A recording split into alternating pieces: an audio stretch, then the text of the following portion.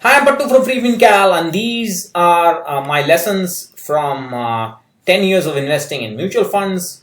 I started in June 2008, so I completed 10 years last June. But I've been, doing videos of my past posts, so this is a video version of that post. I did not realize when I was making this video that there's a 10-year challenge going on.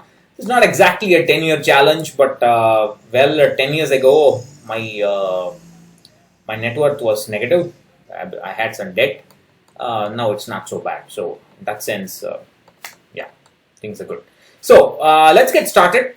This is a personal. The lessons are personal, right? I'm not trying to say, oh, this is the way you should do things, and if you do not do it like this, you will not make wealth, and so on. No, to go from point A to point B, there are like a million ways, especially with respect to money management. This is just one way, and I think most of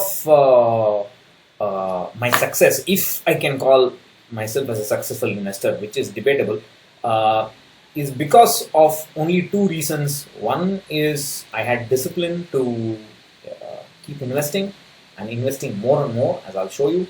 And I did not check my portfolio every day. I did not worry about what's going to happen, like people are going around these days. I didn't do that.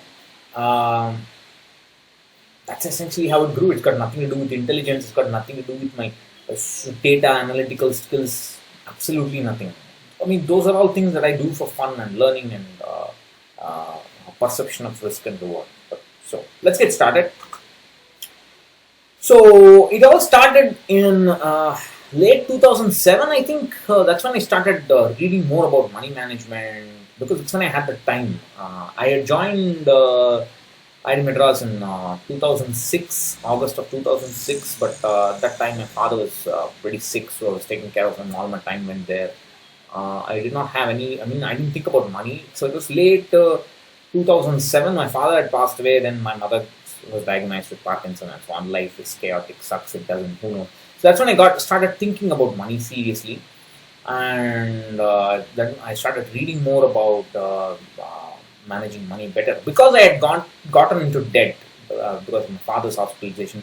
I told myself that I should not get into debt in future. I should not be in a position where suddenly I get an unexpected expense, and then I don't have money for it, which means that I should also plan for my expected expenses. So that's when I started reading more about retirement planning, and made my own calculators and started reading about importance of inflation, the need for equity to beat inflation, and so on.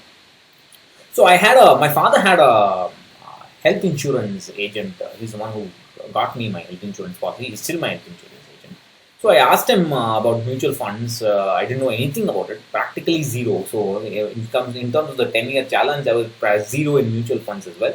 So I asked him about it, and he suggested the Sundaram tax saver dividend option. I did not even know what is the difference between dividend option and growth option, but that's what he suggested, and that was my first mutual fund. And I think in late 2009 or so, the entry load was removed. That is when you the AMCs will deduct a small entry load from your investment before the amount is invested into the mutual fund. That entry load was removed. Then I think many distributors thought that they will not make any more money. They did not understand how trail commission works. I think it's numeracy. And I want to start another SIP, or I want to start put more money in mutual funds. I asked that guy, and he said nobody is coming to help you start an SIP. They're not interested because of this entry load thing. So then I thought, well, okay, so if I wanted to start an investment in Sundaram Mutual Fund, I should go to the Sundaram Mutual Fund office. If I wanted a HDFC Mutual Fund, I should go to the HDFC Mutual Fund office. I see. And so all these guys were very close to my house. They were just like walking distance away. So I just went there, and so I was a direct mutual fund investor around 2010-ish or so. That's when they had the online portal starting and so on. So that is actually 10 years old, and still many of these portals require a lot of improvement. Anyway, that's a different story. So I was like, I started my investing directly in mutual fund portals. I still continue the same thing. And so that's essentially how my journey started. I did not know anything. Then I started learning. Then I started learning about returns. When I started doing the calculators, I made my first retirement calculator and I sent it to PV Subramaniam of Subramani.com. So I sent it to Subra. He had a look and he said, I told him, look, the numbers of, I entered my numbers and these are my numbers and that's the corpus I need for retirement. That looks like too much. It looks like something that I cannot manage. And he said, no, the numbers are fine. So I realized, okay, so that's it. So these numbers are right, which means the math I've done is correct. I mean, the formula I've used is correct. And which means that I need to, start investing. This is going to be my target. I don't remember the target. Obviously, it was probably a few crores. This is going to be my target, and I need to start cracking, punch in more money and so on. So that's when I started investing more and more. And Free FinCal also started. I'll talk about that later, how Free FinCal started, how that journey panned out and so on. So that's essentially it, and here we are. So this is this graph is a little old, but it still makes sense. This is my total investment. That's the yellow line. The portfolio value. This is normalized, so those numbers don't in the y-axis don't make any sense. This is normalized with respect to 1. So I put 1 here. I write at the starting point, and that's Nifty Next 50 plotted as a comparison. This was plotted a few months ago before the market fell. If you, I have another post where there's a recent graph shown where the Nifty Next 50 has fallen below my portfolio value. So don't make any hasty conclusions. Hey, Nifty Next 50 is better and so on. Look how volatile it is also. That's my portfolio growth. And if you look at the gain and loss in my portfolio, notice that it's nothing. It's the first 5 years is zero, nothing, basically zero. And to me, I attribute this period where I did not look at the, I did look at it occasionally. I knew my portfolio was in red, but I did not do anything about it other than invest more. I think that is the reason why the wealth grew and I could become financially independent. Otherwise, there's no great no skill and understanding market technicalities and so on. Nothing. It's just sheer dumb luck. That's all. So the reason the wealth built. Notice that the gain was practically zero and then it shot up overnight. Of course, it fell up and down and so on. That's naturally, that's equity. But look at the flip from zero, it just zoomed up to 500, 600, 700 in terms of the gain. And that is key. The reason it's key for me is because during that period, I had basically dumped in more and more money. Because I was doing these retirement calculations, I understood, oh my God, I cannot handle my retirement because the amount invested is the amount investment required is so large. See, people get emotional about their home. People get emotional about other things. Buying a car. It's all important. For me, I had seen debt. I knew that. Oh my God, I cannot be in debt again. It's so harrowing emotionally. So I had to. So if I'm not going to become financially independent by the time I retire, then what's the point in earning? So I had to put more and more money into retirement. So I was essentially emotionally attached to retirement. That was the drive behind all this. It's not the math, it's not the numbers, it's the emotions. I was shit scared about not being financially independent upon retirement. So during this period when the gains were basically zero, from 2009 to 2010, the amount I put in actually grew by about 275%. And from 2010 to 2011, it grew by another almost 240%, and so on, another 120%, and so on. So I was actually dumping money into the equity markets during this time. And when the game moved, when the market moved up, when Narendra Modi was announced as Prime Minister, I'm not saying there's a correlation, but when the market moved up around that time, essentially all the money that was put in transformed into gains, and that's when the so-called power of compounding. There's no power of compounding; it's non-linear. That the so-called power of compounding happened in my situation. So that's the reason why I keep saying. I talk about it in the lessons. When there's a sideways market, and now you have a sideways market, dump in money into equity. If you do not need the money for the next 10 years, 15 years, 20 years. So off to the lessons. First of all, stop thinking about money all the time. I think you should Identify your goal, invest, have a system. Do not look at it until it's time for your annual review. Maybe in December, maybe in summer, whenever. Get a life, go do something else other than money. That's most important. Because time is more important. Time is the real wealth. Money is not. Money is for spending. Time is to be spent in the right way. And every second is precious. Get rid of all these financial contacts or groups on WhatsApp, Twitter, Facebook. Get out of all these groups. Don't watch my channel. Don't read Free Think Cal. Don't read any blog. Don't read any newspaper. They are all nonsense. I am doing it because it's my hobby, but you don't need to do it. Once you have your money management in place, graduate out of them. Ask somebody, some of your colleagues and friends who need that help, show them, point them to this YouTube channel, point them to freefincal.com, and you go do something else. Your job is done. Thank you. I don't want you to do that. I mean, I have to be responsible here, right? Please recognize, if you want to be a successful investor, you must be able to process information. And I have the most efficient method to process information. I avoid information. So there's no way to, there's no need to process it. Just like, I mean, people ask me, how do you manage time? I manage time by saying no. That's it. You don't do more work. If you don't have more work to do, you can manage time, right? You must have time to manage it. If you have too much work, you won't have time. So, same thing. Get out, stay out of all this information. Go on an information diet. I keep saying that. And invest like your rear end is on fire. When I looked at those numbers on Excel, I was really scared. I told you I was emotional about it. Because I had gone through the debt, I didn't want to be dependent on other people. Then there's a huge expense in my life and somebody else is going to come and bail me out. What is the use of calling myself a PhD in physics? What is the use of working in a nice institution, getting a fat salary if you can't manage your expenses? What is the use, right? You've got to be emotional about your future goals and invest like your ass is on fire. Otherwise, life will light it up for you. If you do not do it, life will light it up for you. Be guaranteed about that. It's pretty much. So essentially what I said earlier, if you see a sideways market, pump in money if you do not need the money for years from now. Otherwise, don't. Please recognize all these 15% CA, XIRR, CAGR, 20%, 20%, how emotional.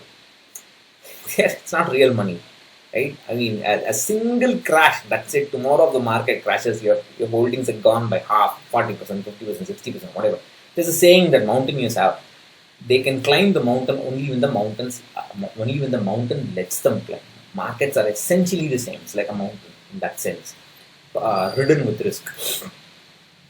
Remember, notional losses are real losses. Notional gains are notional. Keep that in mind. That's the mantra of risk management. Notional losses are real losses. Notional gains are notional. So don't get worked up about your gains. Get worked up about your losses and have a system to manage your risk. There are other videos and posts on how to manage risk. People keep complaining, you're always talking about problems, you're always being negative. Well, I have given you the solutions. I cannot talk about the solutions in every video, can I? You have to go search. So, learn to lose lakhs. Get into that mentality. I'm saying, okay, I'm going to lose lakhs every day in the stock market. That's going to be my attitude towards making money. It's a little it's contradictory to what I just said earlier, but you need a certain attitude to make money in the market. I've seen my portfolio lose tens of rupees, hundreds of rupees, thousands of rupees. It keeps going. But as it goes from losing thousands every day to losing lakhs every day, your attitude toward risk changes tremendously. You become a completely different person. But you must have that. What I'm trying to say is, I'm not saying it's okay to lose lakhs. I'm saying getting to the stage where you are losing lakhs and then you can handle how to manage risk at that position. You must have that. It's like a attitude. It's like saying, I'm not going to give you a crude example. You must say, okay, I'm not going to play street cricket all my life. I want to play in the leagues. Then I want to play for the country. You must have higher and higher goals and A nice goal in equity investing is to want to lose or gain in lakhs every day, which means you can imagine what your total portfolio will be. I'm not saying that's my total portfolio. I'm just saying that's an aim. Don't make inferences. Money is, oh my god, money is like a drug. The more you have, the more you just makes you want to have more. It's like a fever. It's like a gold fever, no? So you got to stop and say, no, that's fine. This much return is enough for me. I don't need to do futures and options. I don't need to look for an AMC. I don't need to diversify in other things. I don't need to do gymnastics. This is enough. I'm going to hold on to this. I'm going to give away money. I'm going to give more and more. I'm going to be generous to people who are not as privileged as I am. That's for sure. In spite of all the problems that I've had, my existence is completely privileged. I'm going to give more and more away. So that makes me, that justifies my happiness about investing and returns and so on, in a sense. It may, I mean, to a certain extent, it may not be, it's very arguable, but well, that's it. We must start thinking like rich people. We must have a long-term, truly long-term view of life. What's going to happen to my life in 15, 20 years? I'm going to be a multi-effing crorepati. That's what I'm going to be. I'm not going to worry about this cashback option, credit card bullshit. Wow, what bullshit? Think big. That's not how rich people worry about. I have a post called "Want to Get Rich? Write yourself a 1 crore check." I'll make a video about that. We have to have a long-term view, and we must tell ourselves, have a plan to become a multi-crorepati. Don't have a plan to save money or get a discount coupon. Oh God, how long? You're going to live life like that? That's just silly. Oh man. Gotta graduate from that. That's for sure. I did. That's what I'm trying to do. Ooh. We cannot buy stuff with the terms. That's very important. You must have money. Money matters. You must have enough money. Having enough money is more important than getting high returns. They're not the same. I in every one of my talks, I think I've probably said this before. I say there are two friends in the office, and they start investing on the same day. After 10 years, one friend had an annualized return of 18%. The other friend had an annualized return of 7%. Who's the better investor? The answer is I don't know. It depends on who invested more. Right? Returns don't matter. The amount you put in matters. That's what you've seen in my case, right? So please recognize money is more important. It's not the return. Returns cannot make you rich. The money you put in will make you rich, and that's always important. And this is probably the most important takeaway. If you must take away something from this video, please take this away. Concentrate on the portfolio return. Do not look at individual. Oh, this fund is not performing well. That fund is not performing well. Should I change this fund with that fund? Blah, blah, blah. Don't do all that shit. As long as your portfolio is doing decently, fine. You must, of course, review the funds once a year. But people review it every week and say, oh, this I want to change. And don't do all that. Focus on the portfolio return. Even this you focus only once a year. There's no need to look at your money at all for the rest 364 days. Two things are necessary, money and time. If you want to make money, two things are necessary. Returns are not in our control, right? I mean, if you want to be financially free as soon as possible, you must invest as much as you can and do it fast. But for all others who want to just live a normal life, just live a normal life, balance everything, balance investing with spending, with work and hobbies and whatever. You want to balance everything, just invest as much as you can, but have a plan. Don't keep increasing investment expenses. Every time your expenses grow, every time your salary moves up, if your expenses are also moving up, I mean, you're adding newer and newer expenses, something is wrong. You will never get rich. So trust me, you will never get rich. So have a thumb rule. If you excess your monthly expenses, that will persist in retirement. But that is expenses like food, travel, minimum travel, clothing, whatever. Expenses that will continue after retirement. If X is the total amount you spend every month for such expenses, match it for retirement investing. At least excuse me, match it. Otherwise, it'll be trouble. I'll talk about that also in a separate video. Last not least, please get a proper hobby. Forget about it. This is what I said, I think, the first point as well. FreeFinCal, unfortunately, is my hobby. I'm desperately looking for another hobby. I want to get out of this. It's boring. I've done it long enough, I think, but I'm not, I mean, I have to be passionate about it to move. So, just because I write about investing and look at mutual fund risk and so on, I don't look, please don't assume I'm looking at my portfolio daily, I'm tinkering with it, making it perfect and so on. Don't do all that. Have a plan, start investing, forget about it, go do something else.